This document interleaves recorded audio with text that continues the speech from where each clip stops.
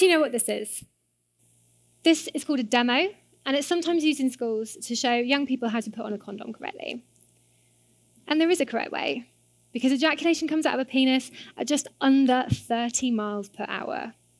So there needs to be no air in the tip for it to withhold the spurt. Did you know that?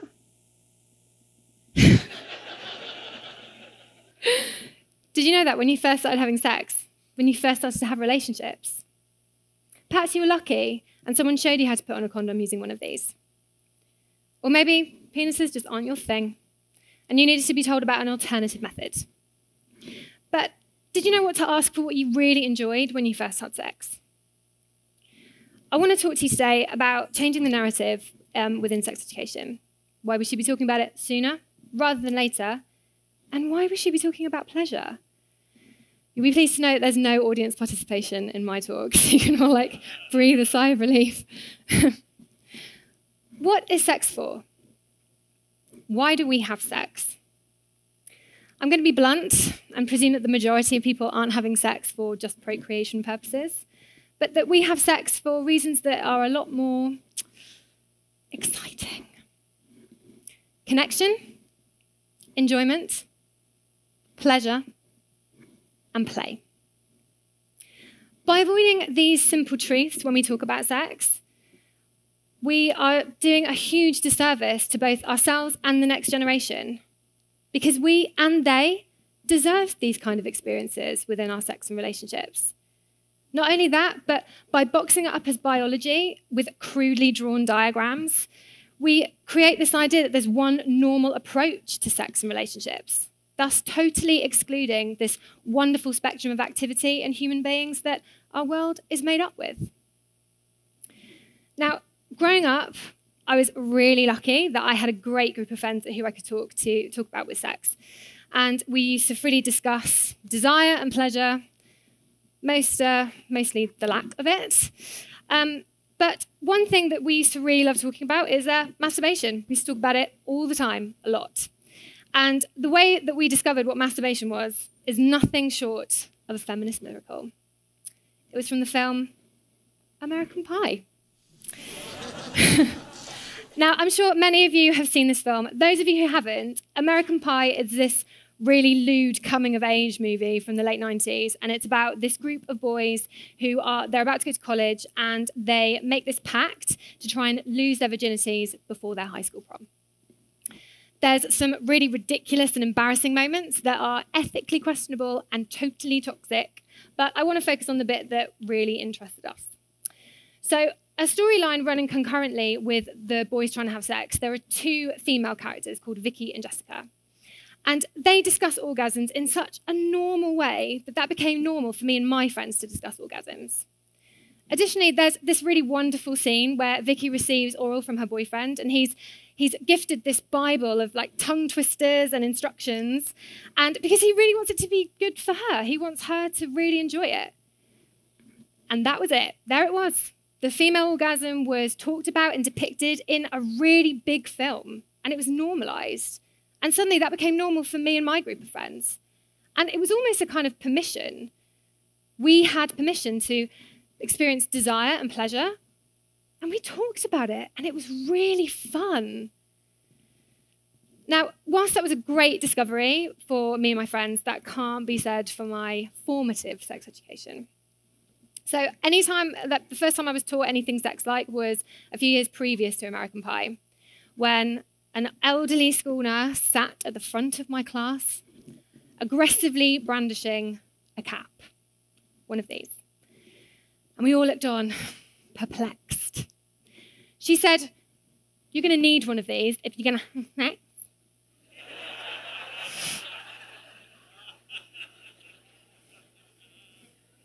Really?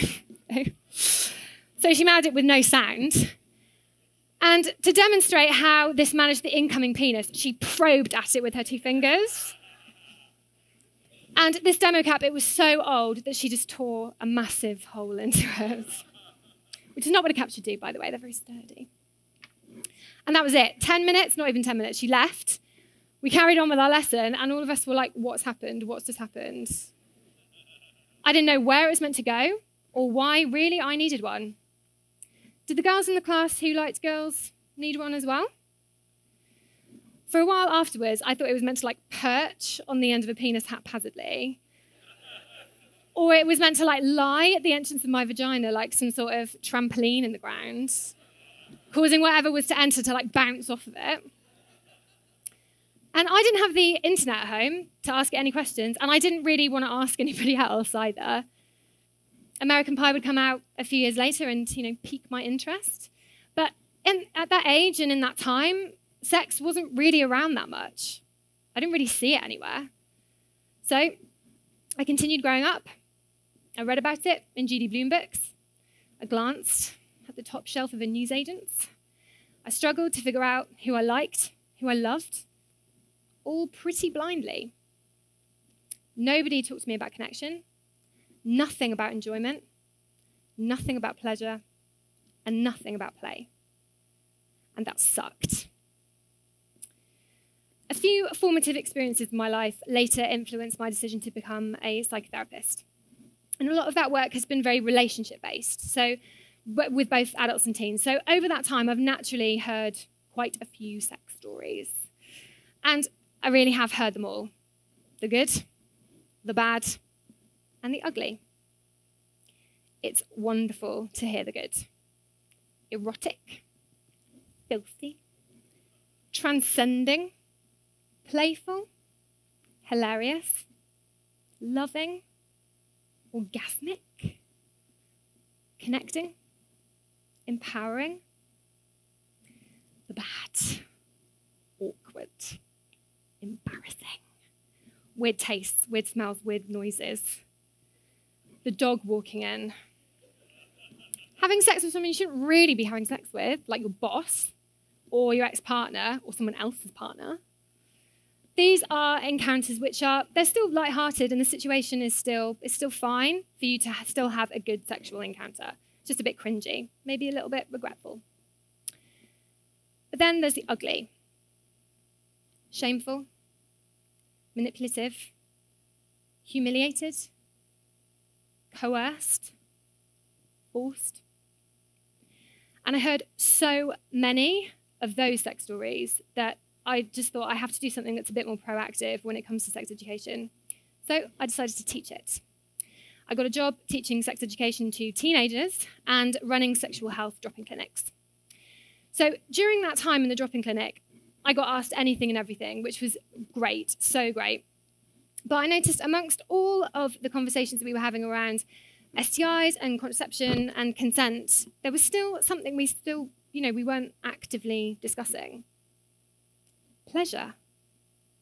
So I started asking them, all these sexy times you're having, is it fun? Does it feel good? Does your partner care about it feeling good for you, and vice versa? And then suddenly I was having these conversations with young people and realizing that there's another category of sex stories. Sad ones. I was hearing about sexual activity for these young people in which they were passive, where acts were done to them and at them instead of being active, equal participants. And not only did I see myself in that, but I just saw history repeating itself almost 20 years later. It became clear that by not being open with pleasure information, we're just helping this pleasure gap widen, and we're still creating this huge blind spot in how young people learn to have sex. And what broke my heart was that I heard so few good sex stories in that age range. And I also learned there's a fine, fine line between the bad and the ugly. I learned that for so many teenagers, a sexual encounter was about power dynamics, or pushing boundaries, or an obligation. Lying back and thinking of England. And on the other side of it, those who were doing it at their partners, not with them. Did they really want to be doing that? Looking at how sex education is currently taught in schools, there's definitely some things to be really pleased about. We're having more conversations around consent and healthy relationships, and we're being more inclusive with LGBTQ+, and those with disabilities and learning needs. But there is still a gap, and young people still aren't getting all the information that they really need. Most notably, there's still a lack of real pleasure information and blunt appreciation for what sex is for. Connection, enjoyment, pleasure, and play, and that it is for everybody.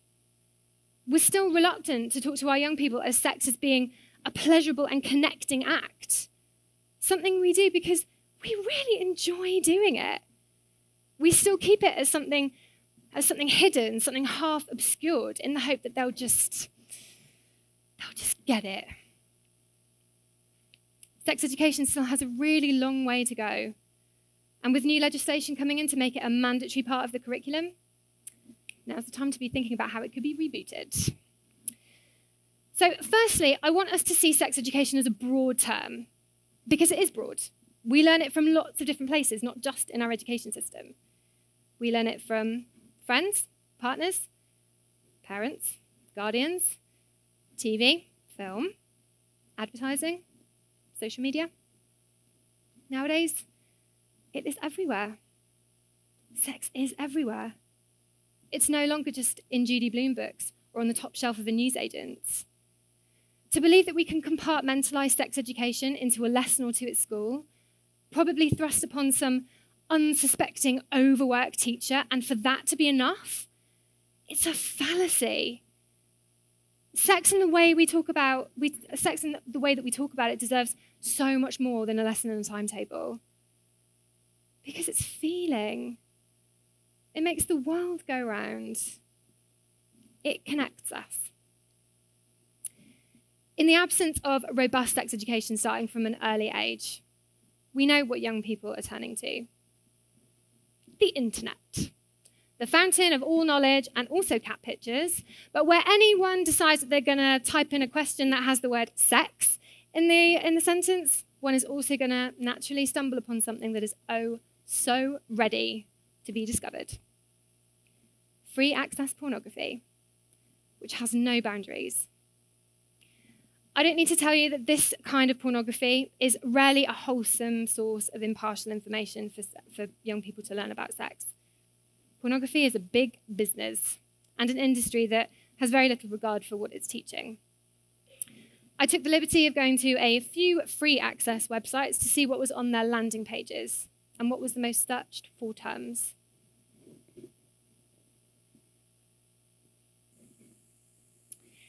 It's estimated over half of 11 to 16-year-olds have seen pornography online, with the average age of first seeing it being 11 years old. Some argue that that could be even younger. The stats show that this is usually by accident or by someone actively showing them, but that's still really worrying. Now, pornography and the concept of being turned on by erotic representations isn't new. There's nothing wrong with it, there's nothing shameful, and it's normal to engage in fantasy for arousal. And I want to be clear that I'm not here to demonize all of pornography. What I do have a problem with is how easy that was to find, and how so much of that content is categorizing and fetishizing particular human beings, usually through degradation and humiliation. And I fear what that does to young people's brains. Not only that, I worry about objectification, and I worry what that repeated exposure does to their ability to connect with others. Around a third of sexual abuse of children is carried out by their peers. Where is that coming from? If we're so unprepared to talk about connection and enjoyment, then what are their relationships going to be like? I know that this feels really uncomfortable for a lot of adults, and as adults and parents, we want to keep children as safe as possible. You might think that by talking about this, you might be affecting them negatively or even impacting their childhood. We want them to enjoy naivety and innocence and to not frighten them with something that feels too big or too adult and too big a conversation to be having. You might also be really worried that it might be seen as crossing a boundary, being inappropriate, or hyper-sexualizing children. But the aim here is that we want the next generation to understand that sex and relationships is about connection, enjoyment, pleasure, and play. so that they can recognize it when it is not these things. As much as I want us to come at this from a fun and pleasurable point of view, I also really want us all to be vigilant and to safeguard against abuse that might be hiding under a radar. So what's the solution? How do we have these kind of conversations? So, when a child or a teenager asks you about sex, please don't run away. Step into it. They've come to you for a reason. Their curiosity has brought them to you, who they trust to provide them with some answers. Don't rebuke them with an, "I'll tell you when you're older." See this as an opportunity to give them real information, and it will keep the conversation open for when they get older. To help you navigate, remember these 3 key things. Number 1, use the correct terminology from the get-go. It avoids confusion and it keeps them safe. For example, it's not a tuppence, it's not a foof, it's a vulva and a vagina. Okay? The vagina is on the inside, the vulva makes up everything that's on the outside of someone who has biologically female sex organs. Using the correct terms, it's not dirty. They're not dirty words. Number 2, sex, talking about sex and having sexual feelings isn't shameful. Avoid telling them off. Stay curious. Remember that it's normal, natural, and healthy. And number 3, if everything else fails you, keep fun and connection at the basis of your conversation. Because at the heart of it, what is sex? It's love in its rawest form. It's a meeting of ourselves and human beings in vulnerable states. It's swimming together, being in your own little bubble, your own little world. It's being in a space to explore and trusting that that person will treat your body with respect. It's being inside your own body, experiencing what it can do, being empowered in your sexuality, and choosing what to do with it. I wonder if we'd always been taught about connection, enjoyment, pleasure, and play. How would we make love? How would we express desire? Without the pressure to perform, what sounds would we make? Where would our eyes go? What positions would we place our bodies in? How would we have ourselves be touched? Which erogenous zones would actually drive us wild? Would we have less or more sex? Would we be different with each other? Would you be different? How would the world be? I really believe in the next generation, and I believe they're capable of love and connection and to hear this kind of information. I know talking about sex can feel really awkward, but it doesn't have to be. Be brave, break it down, and talk about sex. Thank you.